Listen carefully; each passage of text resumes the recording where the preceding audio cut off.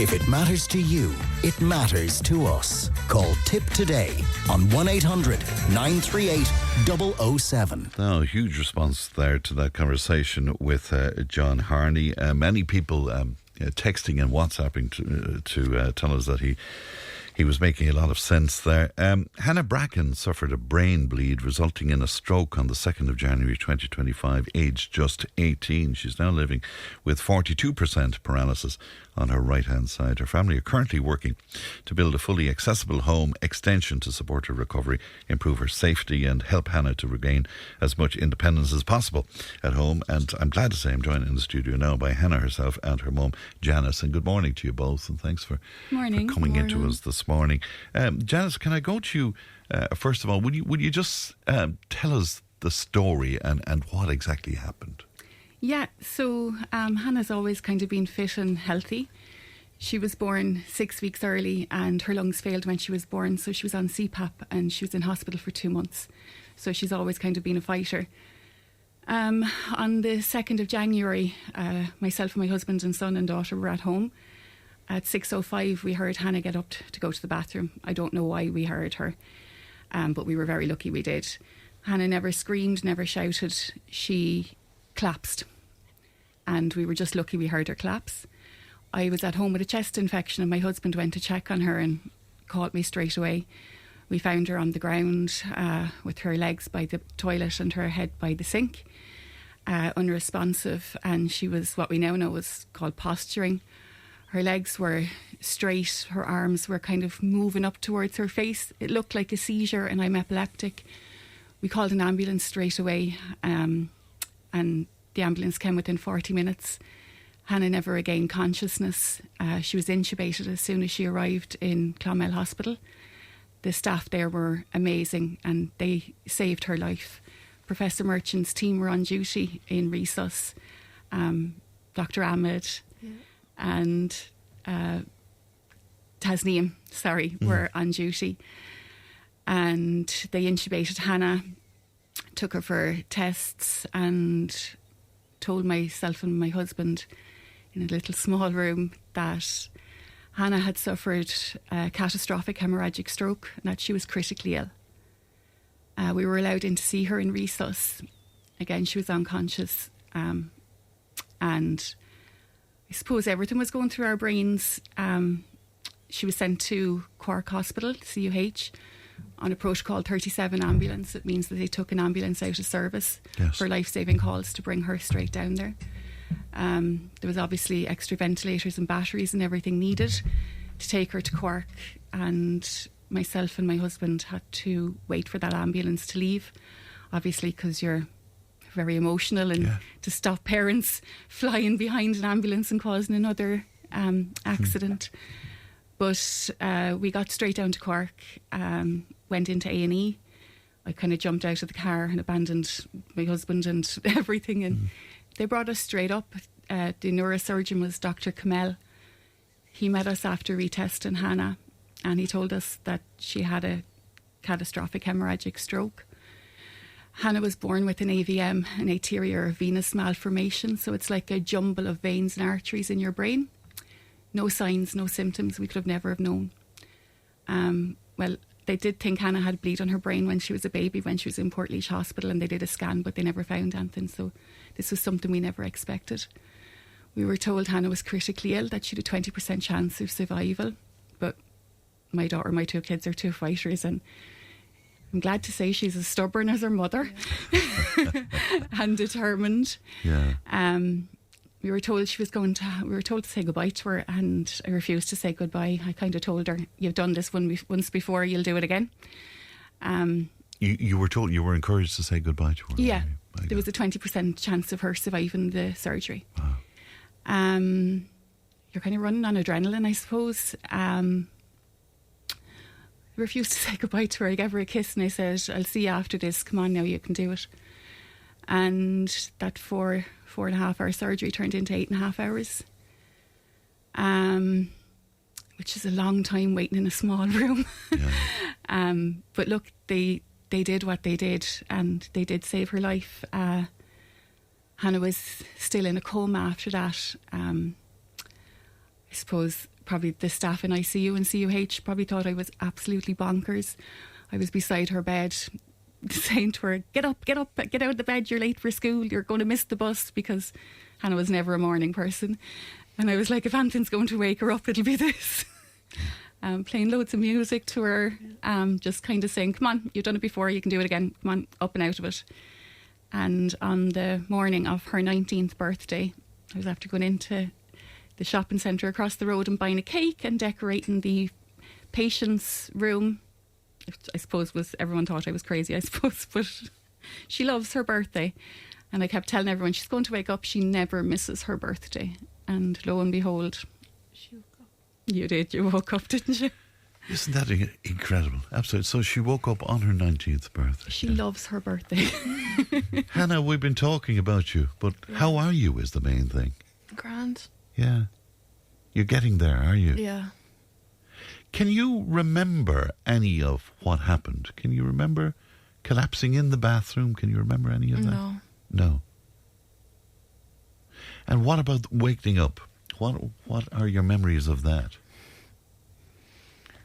That fucking... Now will you explain?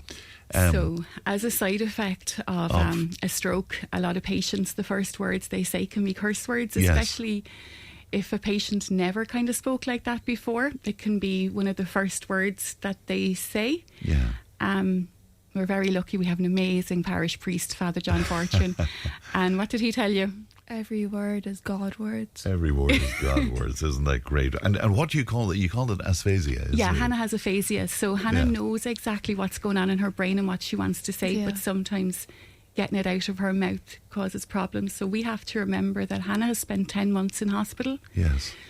She spent a month in CUH. She spent 6 months with the wonderful staff in Surgical 1 in Clonmel. Yeah. What was that like, Hannah? 6 months. It's amazing. Yeah. They were all very good to you, Yeah. were they? But was it frustrating for you that you couldn't be out and about? And, Yeah. Yeah. How are you now in terms of mobility and all of that? You're wearing a sort of a brace, are you? Is that An AFO. Yeah. It's an assisted foot orthotic. So it goes from Hannah's toes, it stabilises her ankle, and it goes right up to just be under her knee. Yeah. Yeah. What's the special thing about your AFO? It's green. It is green. And why? It's my favourite colour. And how do they have to make it for you? Sheffield. Oh, excuse me. Yeah. Right. Okay. So you're very particular about this, indeed. Because they only wanted me to get a black pair. Right. But no, you insisted on green. And fair play, and why not, indeed. Have you kept in contact with friends, Hannah? Have you managed to do that, or is that very difficult? You have a great set of friends, don't you? Yeah. There's been bedroom karaoke, and God only knows, there was renditions of Horse Outside on chairs in room 9 in Surgical 1. What herself and her friends didn't get up to. That's great. Yeah. Are you back and forth to hospital all the time, Hannah? Are you? So last week, or 2 weeks ago, we were with Professor John McFarlane, the neuro rehab specialist in Cork. Yesterday she was on an OT video call with the outpatients department in the NRH. And then where do we go on a regular basis? Physio and speech language. Yeah, so we're very, very so lucky. this is all ongoing then. So Hannah goes to physiotherapy with Caroline in the primary care centre in Carrickensure, and she goes to speech and language therapy with Alice in the primary care centre in Carrickensure. I'm epileptic, I can't drive, so without these services locally to us. God, you've all had a very challenging journey, haven't you? Oh well, then our doctor got us to get our son an MRI to make sure he didn't have tell us an about that, because that's another remarkable story. Tell us about what happened. This was because of what happened to Hannah. Your son was checked out, was that it? Yeah, I saved his life. You did, girl. Yeah. Our GP recommended we get an MRI for my son Cormac because AVMs can be hereditary. So we did, and when the results of that came back, it turned out that Cormac had a tectal plate glioma, which is basically a tumour on his brainstem. So we went off to Temple Street then with that. and Dr. Taffy, his neurosurgeon, explained to us that they couldn't biopsy it because it could cause paralysis in a dangerous area. So that was, I suppose, something else. So then up and down to Temple Street every 12 weeks to have a growth rate on that. So it's turned out in the last MRI that there has been a lesion grown inside the tumour that showed up under contrast MRI. So an oncologist was brought on board from Crumlin with Temple Street. So the best people are taking the best possible care and precautions for him too. So what did Cormac say to me that I wasn't very good at? Growing brains. Yeah. both of the lads. Is it great that they both have such a sense of humour about it? Oh, there's an awful dark sense of humour in our house. But you have difficult to. challenges, yeah, I suppose you have to. Tell me about the house and the extension and that, because obviously it has to be user-friendly for Hannah. Yeah, so I suppose you're focusing on coming home the whole time, but again, it was a month in Cork, it was 6 months in Clonmel. Only for the staff in Clonmel, we would have never got through it. It takes a village to rear a child. The whole of Carrick is helping us, and we are extremely grateful to everybody. But nurses, cleaners, doctors, physios, speech and language, Imelda, like it was our family. We were in a bubble. And I suppose the people of the town are now helping us, which is amazing. We shouldn't have had to ask for a GoFundMe. But it's the only way to make our house accessible as it is. We're remortgaging. Tell me why you shouldn't have had to ask for it. You did apply for funding. We did apply for funding. And you were turned down, basically. Yeah, I was the main earner in our family. Obviously, when Hannah got sick, I had to stop work to help look after Hannah. Hannah has ASD as well, so she has a lot going on. Hannah couldn't speak. She was using a tablet. Right. She's learned to walk, talk, It's like eat, autism, speak. is it? Yeah. Yes. Yeah. Okay. I moved to Dublin, had to pay for accommodation to be with her when she was in the National Rehab for 3 months. So our family was like totally disjointed. Just spend a night under the same roof it didn't happen for 7 months. So we applied for funding thinking we'd get a housing adaptation grant. But our local representative helped me with the application, and we weren't entitled to it because it's based on the previous year's income. I had worked a lot of hours and I had a lot of holidays built up. So the holidays that were paid to me would have been included in that, not taken into account any of the expenses that we had, the accommodation expenses, nothing. Putting a new shower upstairs, nothing, none of that was taken into account. We had to do that straight away so we could get her home for a weekend. There wasn't time to apply for, a bathroom remodel. It was either we don't get her home at the weekend or we pay for it ourselves. So we were like, definitely we'll get the housing adaptation grant. But no, they don't take any circumstances into consideration once you're over the threshold for the year before. And that was my holiday pay put me over that threshold because I wasn't working. So basically... That's incredible. I mean, so you got nothing? Nothing. And my local representative said, you should try a GoFundMe. I don't believe that the people in the community should have to pay for it. I've paid my taxes all of my life. The community have been amazing. We have an amazing builder that's come on board, William Barrett. He actually was on A Day in the Life of CUH. He had a preventative surgery for a stroke as well. So Hannah's really the site foreman. She doesn't let them away with Paddy. Yeah. But and what if people want to get involved in the GoFundMe? How can they do that? Because I mean, you're finding it a struggle, I guess, aren't you? Yeah, well, I suppose I'll never be going to work again. I'm Hannah's full-time carer, so we're still waiting for that to come through, and hopefully I'll get the carers allowance then. Yes. But I've gone from a really good wage to nothing and spending most of our life savings trying to get through and pay for the bits and bobs that we needed. So we have a GoFundMe. There's over 20,000 euros in it, and it's just, it kind of blows me away. People are just so generous. O'Connor's Bar are doing a table quiz on the 29th of this month. And so we're looking forward to that. Hannah's kind of organising her diary around this. Malaragat is doing a night with the stars in August. Breathe the Kirby is doing a Zumba class. Pam Moore is doing a mindfulness fundraiser. People are fantastic. Like, it's just... Are you cross with the government? I mean, and again, when you see the waste of money, Yeah. you know, I mean, you're saying yeah to that, Hannah. Yeah. Yeah. It's very frustrating, isn't it? Well, I'll tell you, I'll have a lot to say when somebody comes knocking on my door looking for a vote. Will you? I will have an awful lot to say. I said it to my local representative.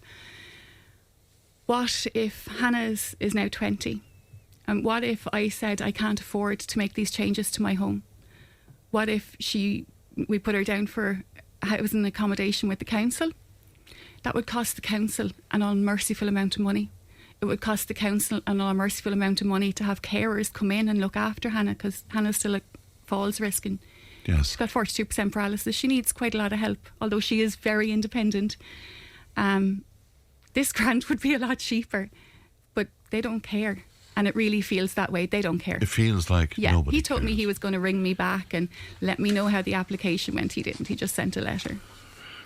All right. Well, again, that GoFundMe is. How can people get onto that? Just to make that So clear. there's a link on our Instagram, and it is Help Hannah Rebuild Her Life After a Catastrophic Hemorrhagic Stroke. The house is going to be accessible. There's going to be a Yes. sliding door from my kitchen diner into Hannah's hallway. Hannah's house has to be wheelchair accessible because she has one good leg, and if anything happens to that leg, we're in trouble. Of course. Yeah. So she has to be minded. We wish you the very best with the fundraising. If we can help you further with any of that, we'd be delighted. Thank to you so do much. So. It Is means that, so is that much. okay? And it was lovely to meet you today, Hannah. And thank you Thank so you. much. And we wish you the very, very best indeed for the future. But thank you for coming into us. Thanks a Janice. million. Thank you both. 1800 938 007. We'll take a break and we'll be right back in a moment. Tip FM's Tip Today. With Slattery's Garage, Puck On. Main Peugeot dealers in the Premier County. And now stocking the full range of the luxury French car brand DS Automobiles. Book your test drive today with Slattery's Garage, Puck On. See slatterysgarage.ie. Notice